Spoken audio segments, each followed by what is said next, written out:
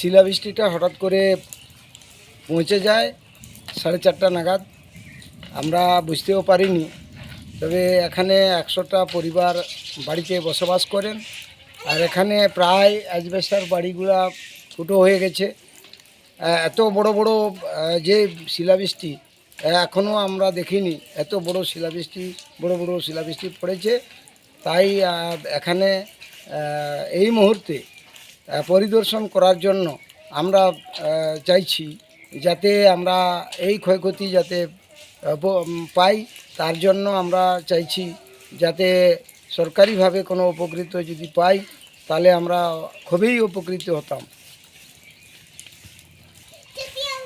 এখন আমরা চাইছি এমন যে শিলাবৃষ্টিটা হঠাৎ করে এলো, সেই শিলাবৃষ্টিতে আমাদের ঘর বাড়িগুলো ভেঙে গেছে এবং আমাদের চাষের তিলগুলা ছিল জমিনে এবং মুগ চাষ ছিল, আনাজ চাষ ছিল, সেগুলো প্রায় ধ্বংসের মুখে চলে গেছে। এখন আমরা খুবই আমাদের অবস্থা খারাপ। অ্যাজবেস্টারগুলো যেগুলো ছিল অ্যাজবেস্টার বাড়ি, সেগুলো ফুটা হয়ে গেছে। আমার নাম পারাউ সরেন।